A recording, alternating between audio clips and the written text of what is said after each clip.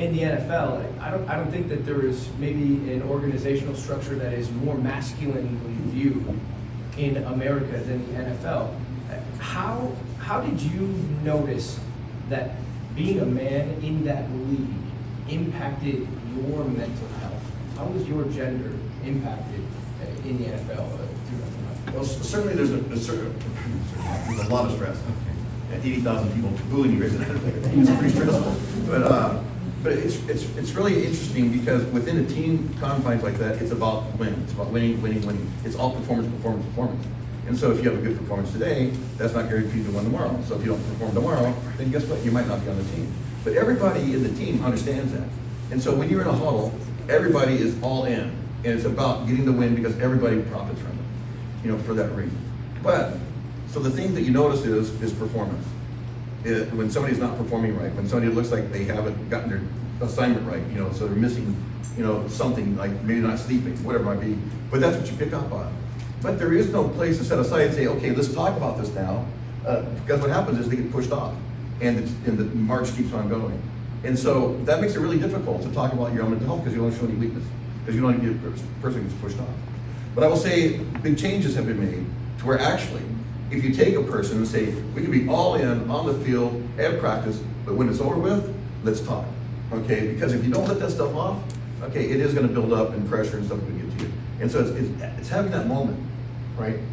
So I would say for me, the way that the plan works is the notice and invite is about engaging other people, but the empowerment piece, and challenge piece is an individual. I will challenge the things because that's coming from me, and I will empower, myself to ask other people. But I won't do that, right, unless I know how to engage. And so notice and invite is that engagement piece. And so they all work kind of together. I want to open up the question to the rest of you. How did your gender impact your struggles with mental health? I say personally, me, just growing up, I've worked with factories most of my life. I mean, guys, we like to beat around the bush with each other, break each other down a little bit. Talking about it is just very minimal. I feel like I beat the odds a little bit. I grew up going to therapy a little bit, talking about things, being open with my girlfriend. Being open with others, I found sometimes it's kind of hard to even talk about that, being exposing your weakness, the things that you're struggling with, talking with others, and a lot of people don't, open up and want to talk to you too at the same time. So as a guy, I don't know, it's still a struggle to this day, but it's something, I mean, like he was saying, if it starts with one person, you can affect three, just keep that domino effect going on, and that's one thing. I mean, I'm starting with this today, starting with you guys, so. Yeah, so for me, a little background about me is my dad was a potato farmer for close to 25 years, I think. So growing up, he kind of taught me two things from that. One was that, as a man, we need to work hard. Like that's like our job is to, provide for the family and work hard and things like that. Which, was a very valuable lesson, but also I kind of took it to the extreme where I woke up and I was like, okay, working hard means you need to work until you can't move anymore, right? Or you can't, there was no room for self-care. Everything was about working. So that was something that I had to learn on my own, is that, giving your 100% includes taking care of yourself so you can perform your best the next day. And the other thing he taught me is, that we learned a lot in my journey that it's okay to talk about it, right? Like growing up as a potato farmer from a small town, he never talked about his mental health, even though he had his own struggles. And so we learned through my mental health journey that, it's not only okay, but it's necessary to talk about what's going on with you. So that's kind of how it impacted my life. Yeah, when I read that question, I didn't, I thought about how I never actually considered my gender identity to have an impact on mental health. But looking back, I would say, and growing up as a kid, I mean, I'll try to make this really brief, but going with experiencing abandonment since I was 5 years old, abuse, and then drugs and crime and violence, since the time I was 5 years old all the way to 12, when actually I was kind of like just pretty much already immersed into that type of culture, never actually considered that part of my gender identity to be anything other than I'm just trying to survive and get through, whatever this normality or this environment and the culture and the world that I'm part of, because all I know is drugs, violence, and that's it. Get over it. We ain't got time to deal with this. Here's some weed, here's some pills, here's some heroin. I mean, you name it. So maybe 15 years of just addiction. It was, for the first 15 years, it was just tough. After that, it's like trying to find a different type of lifestyle was very complicated for me. So I went for 30 years of addiction to finally November 30th, 2012. It was like I get arrested one last time, I go to jail, and it was in that point where I had a tipping point. Because everybody talks about hitting bottom. But shoot, if I look at my life at 5 years old, how lower can it get? Poverty, bouncing from one place to another in Mexico, so it's not like we have foster care, like, in the States. So it was pretty complicated. So now that I see that, it's like, yeah, we have to be tough and we have to prove ourselves as a man, and especially a man being in that culture, that, I can do this and I can do whatever it takes to make things happen. At that point, it looked like, definitely selling drugs and making tons of money and going to prison and doing all that stuff. But yeah, I don't see, other than knowing that I can come through that and make a difference in my life and other people's life, so it's hard for me to see that gender piece other than from that lifestyle before. You know what I mean? It's like, yeah, it's expected of you to just be man up and do what you gotta do and handle your business. But yeah, it's like we all go through mental health trouble. So being kind to people, being nice to people, it's definitely an important piece of that, and also especially being kind to myself. Because I mean, that was a big part of not being able to get through that. Because it's like, I can't get this, I can't do this, and I kept going deeper and deeper into addiction. So yeah, It's those societal pressures, the societal expectations, or maybe it's generational. You see the men before you, they turn to substances as a way to cope. That becomes part of our coping mechanisms. Jose, I want to get back to you on just those protective factors, because that's such an important piece of the Be Nice Action Plan. For a long time, you were turning to substances. Eric, you've already said that you've turned to substances as well. And for a lot of men, they've got a greater risk for substance abuse. What are your protective factors now, and how do you integrate those into your daily life for a healthy mental health journey? I had wrote those down and I left the page over at home because I was like, I want to be concise and keep it short because I can mumble like all over. But some of the things that do come to mind is that spirituality aspect for me. The spirituality aspect was very important because that is my pathway of recovery. When I was in jail, it's like I had 10 months to really, why can't I get it? I was so screwed up, but why can't I get this? I do want a different life. And spirituality through meditation was definitely a big part of my journey and my healing journey. And made other changes because with the lifestyle that I had and the experience that I had, a lot of traumatic events happened that made some changes in, to the way I see life. And so I had to really do a redefining of what's normal for me. And really started contemplating some of the things that I needed to change to make those differences. So when I leave jail, I still have spirituality and meditation. I stay sober. I found a recovery community and a faith community to connect with. So the social part of my recovery is very, very important.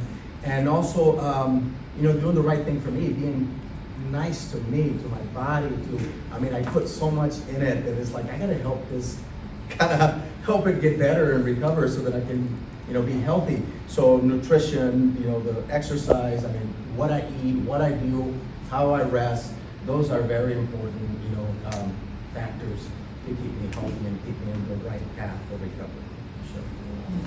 How about you, Zach? I know that you like to do travel softball, but how can you take that aspect and apply it to work when your own mental health is struggling?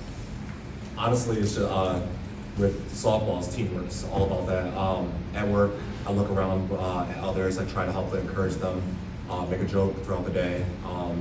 As far as like protective factors, with me personally, I like to remove myself from the situation, identify what is causing me to feel the way that I'm feeling. With that, you can do that with yourself, with kind of what you were saying. If you can notice that, can you do the same with others? Kind of reach out. I just feel like I'm a little bit different. I kind of have a similar background with him. I was adopted growing up, put into foster care. So a lot of these things I had to learn myself and going through therapy, learned through meeting significant others, having conversations with her dad. One thing that you touched base on that I actually was thinking about is John told me the other day, or not the other day, like a month ago, that a lot of these things that we're struggling with as men, anxiety and stuff, it starts with your brain and retraining your brain, rethinking how you're gonna do things. And I don't know, it really, really sparked something in me. I feel that those protective factors, whatever you can do to make, have an understanding of what you're going through. I don't know, just start with that and then just kind of go forward from there. Invite others, go out to others and help them out. It's just, I don't know, I see it a little bit differently than others, but softball taught me with teamwork that, I don't know, just look out for others, but at the same time, look out for yourself at the same time, so. I think it's important too. Some of the things that you guys are touching on is that self-care aspect of it, what you put into your body, the exercise. I know I came home from work last night and I was in just a crap mood. I had a terrible day. I didn't want to talk to my kids. I had a hard time talking to my wife. But I had my shoes on, ready to go for a run. And she said, just go. And I went, and 25 minutes later I came back and the world changed. But because you took that time to care for yourself, and it's like that whole outlook changed. Derek, something I thought was interesting that you said is, growing up on the potato farm, it was work, work, work. There was never any time for self-care. And I think a lot of men fall into that habit of we gotta get the job done at the office, we've gotta come home and take care of our responsibilities around the house. How do we care for ourselves? So what do you do when you're balancing, getting the job done, but also ensuring you're taking self-care and caution towards yourself to promote that healthy mental health journey? Yeah, I think the biggest thing that I needed to kind of overcome is, like you said, is that mentality that it's all work and I as the man need to get it all done. So for me, it started as a shift in my mentality.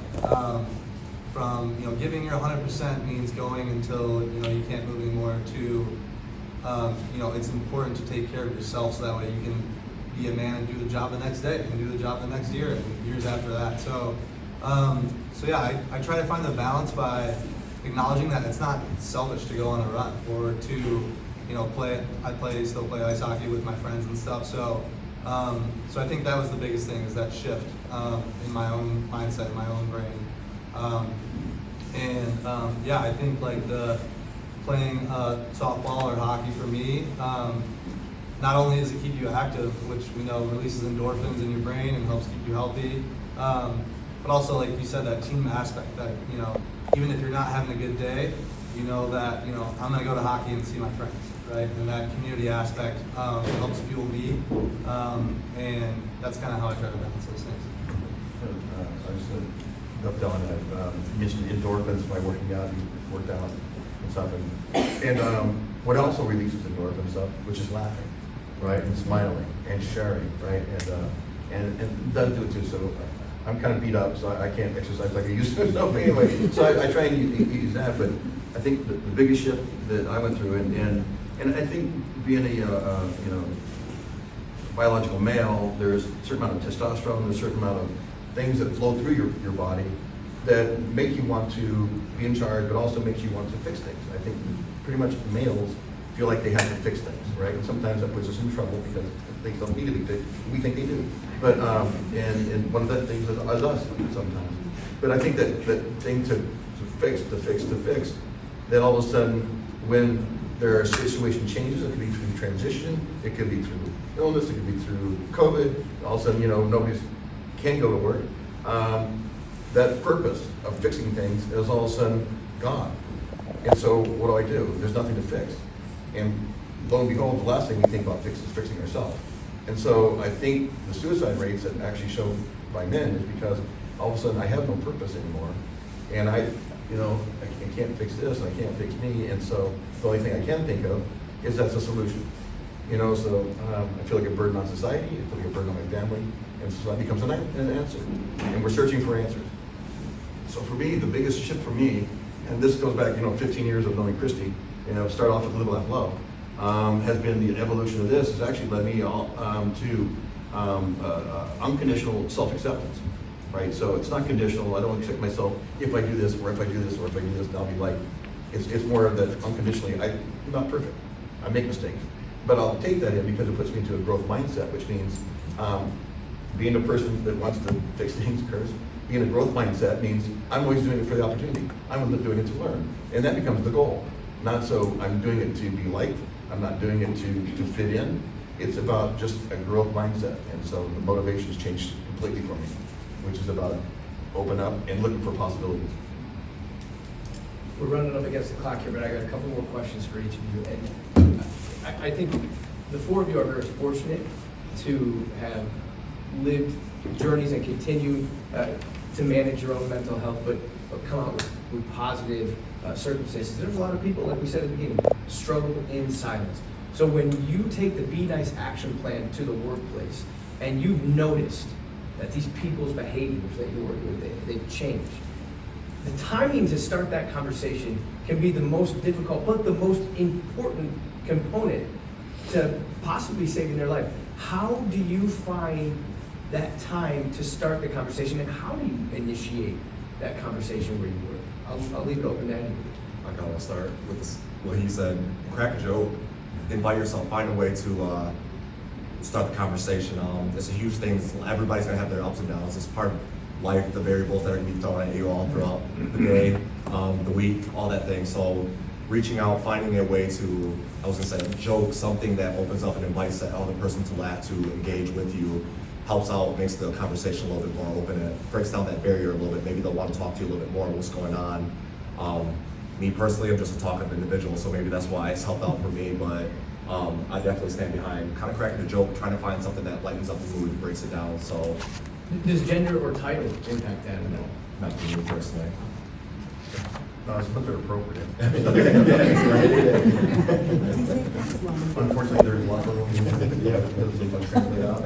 But I would see this, you know, how to translate, I guess, into the workplace. So I really think it's really important that all four of these pieces are done simultaneously. And I say that because if I were to say, I'm going to notice and invite, okay, but I haven't challenged and empowered myself yet to be in mental health.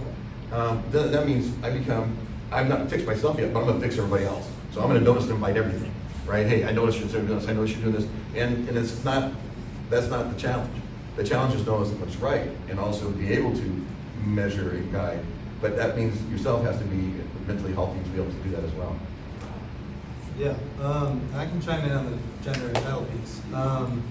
So a quick story is when I was in college, I had a teammate who I noticed changes in, and you know, we want to notice changes that happen 2 weeks or longer. Right? That's the magic number.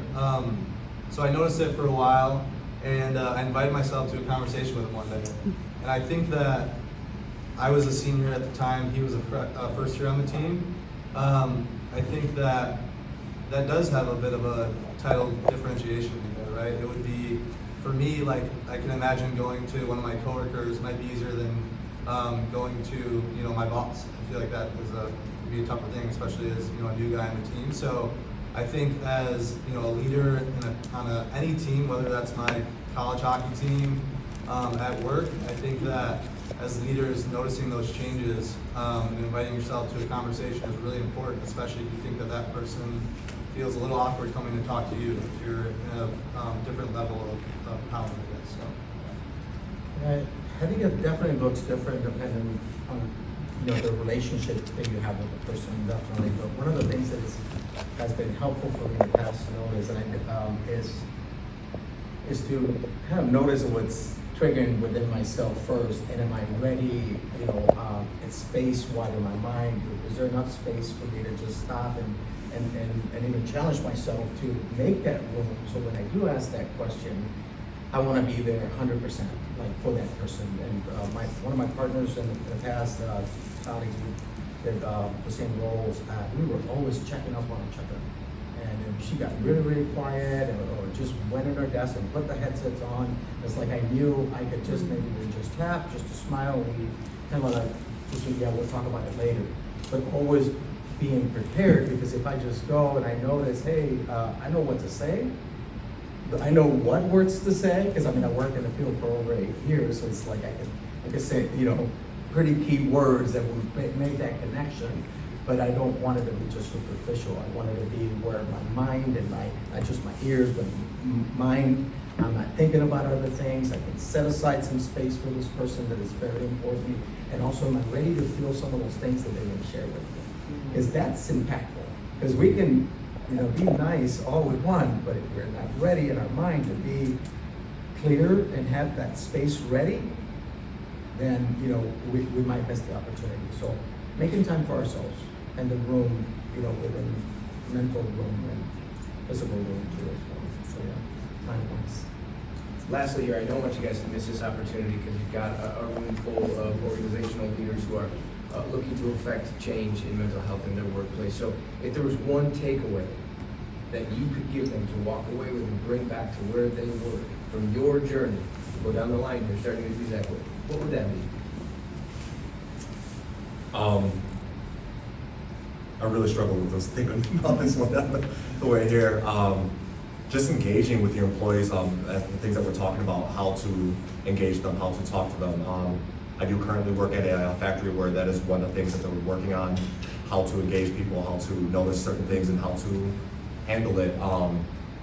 So, my encouragement is to be focused on your employees, their well-being, what's causing them to be upset, what's the irritation, the things that are driving them to be anxious, depressed, upset, stressed, the things that, I just encourage more engagement with your employees, the understanding of what they're going through. So that's the best I can do with you guys right now. Yeah, mine is notice the good and the right. So that's part of the notice, is notice what makes your employees so special, what's their strengths, what makes them tick.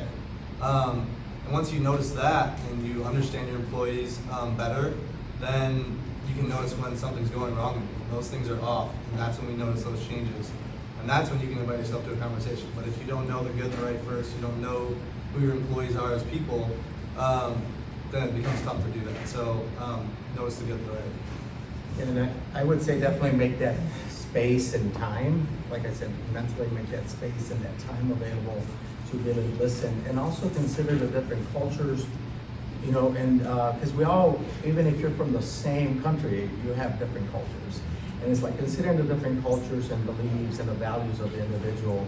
But like I said, most importantly is like really have the space and time to listen, because we can invite, but are we ready, set with space and time? And lastly is recovery happens different for everybody. We all approach our mental health in different ways. There might be some similarities, but culture and belief play a big role in the way that we recover. So, be mindful of that. We don't all recover the same way. I think, well, first of all, be nice is a nice statement to make, especially in today's environment, right? Trying to get rid of some division. But I think these words can go hollow if you don't care. And so I would just say care, because care is an action word. And that means if you care for something or care for somebody, then you're going to engage. And this is a way to engage. I can tell you that the Detroit Lions, we have a peer-to-peer outreach team that we never had before. For the last 8 years we've had it, where we got guys calling up other guys, right, that had played and saying, how are you doing, and checking in on them.